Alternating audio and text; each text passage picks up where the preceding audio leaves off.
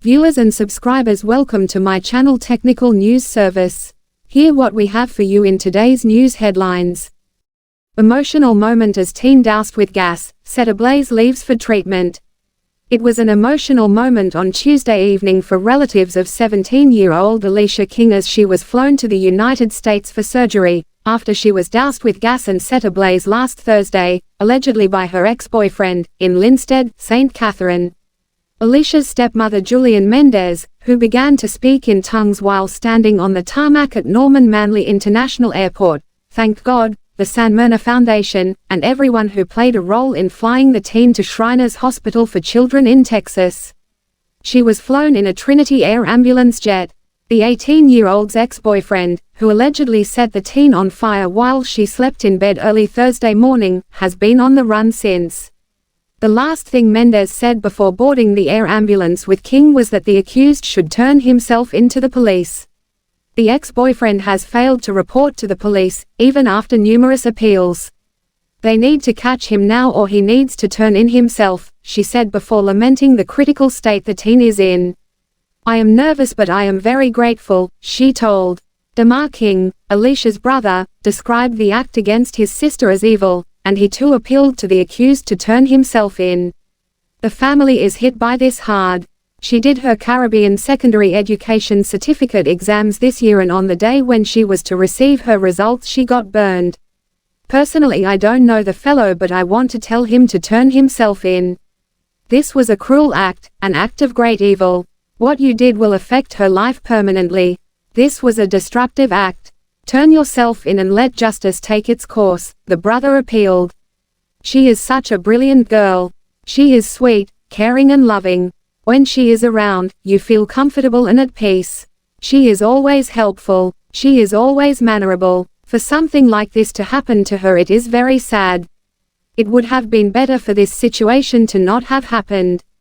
Seeing that it happened and the critical state that she is in, I am sure that she is now in good hands.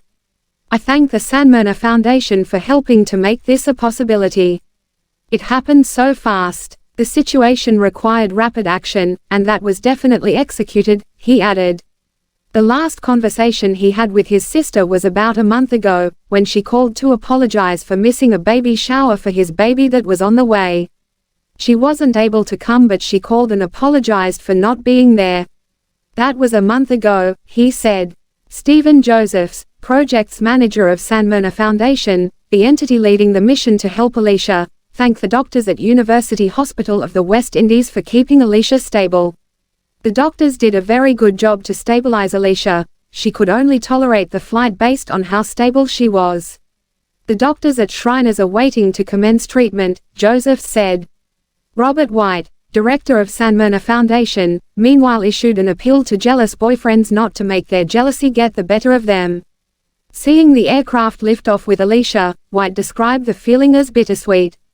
"This is bittersweet. Whenever there is going to be domestic violence, just walk away. That simple walk away can save your life and it can save other people's lives. Take in consideration that this is a young girl, she is just 17.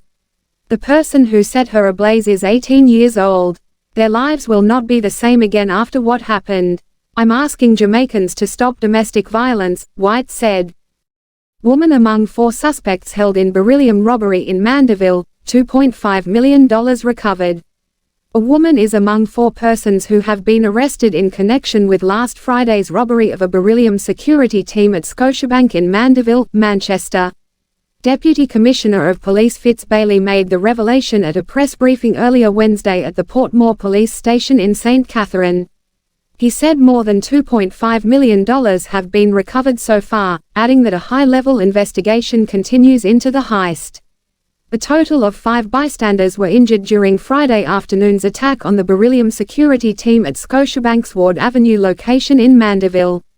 Reports are that sometime after 5 p.m., gunmen armed with high-powered weapons attacked the security guards before making off with bags of cash.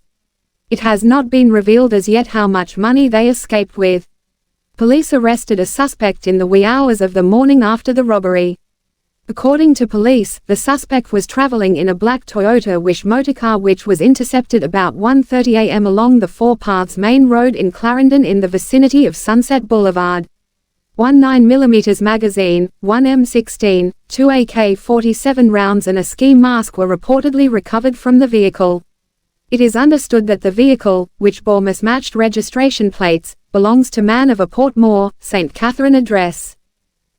3 shot, 2 fatally, in Steer Town. 2 men were shot and killed, while a woman was shot and injured, during a shooting in Steer Town, St. Anne on Tuesday night.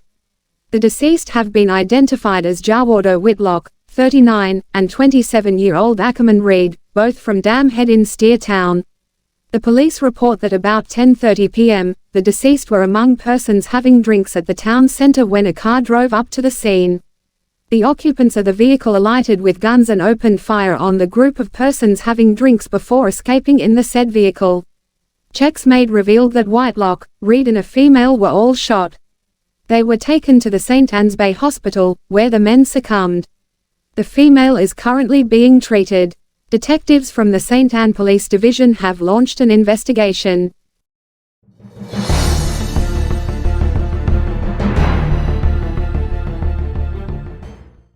Continuing the news. Cop kills gunman during attempted robbery at Manchester Beach. A man was reportedly shot dead by an off-duty policeman at Port Kaiser Beach on the Port Kaiser Main Road in Alligator Pond, Manchester during an alleged robbery attempt Tuesday afternoon. The man, who up to press time was still unidentified, was reportedly trying to rob the cop when he was shot.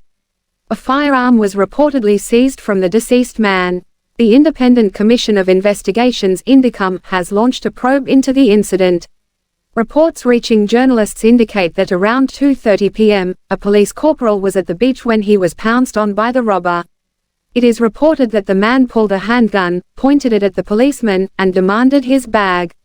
The demand was not met, and the gunman opened gunfire at the lawman, who took evasive action and returned the fire, hitting him. The man fell to the ground, and a Glock pistol was retrieved from him. He was taken to hospital where he was pronounced dead, the police said. Kingston West Police list 9 persons of interest. The Kingston West Police have issued a request for 9 individuals, who they believe can assist with various investigations across the division, to report to the Denham Town Criminal Investigation Branch (CIB). The following persons are asked to report by 6 p.m. on Thursday, August 31st, or make contact at 876-948-6443. Lawrence Stewart, otherwise called Richie Stone. Alex Sangster, otherwise called Smurf. Jermaine Barham, otherwise called Price Wright. Desroy Walker, otherwise called Shamar. Damon Clark, otherwise called Dashorn. Maurice Stone, otherwise called Mormon. Imani Malcolm, otherwise called Bling Dog, and Kuan. A man only known as Sammy Strap, and Malik, and a man only known as Romy. The Kingston West Police went on to assure the public that all information shared will be handled with the utmost confidentiality. Anyone with information can make an anonymous report to Crime Stop at 311 or call the nearest police station. NWA to activate 4 new traffic signals in Montego Bay. In a bid to reduce congestion in Montego Bay, St. James, the National Works Agency (NWA) has installed 4 new traffic signals along a route that is used to bypass the city. These signals will be commissioned into service on Friday, September 1, 2023, the NWA said in a statement on Wednesday. Congestion has been a serious concern in the city of Montego Bay, and the government is now undertaking the Montego Bay Bypass project to alleviate the congestion in the city center. In the interim, motorists have been using roadways on the outskirts of Montego Bay as a bypass of the city center.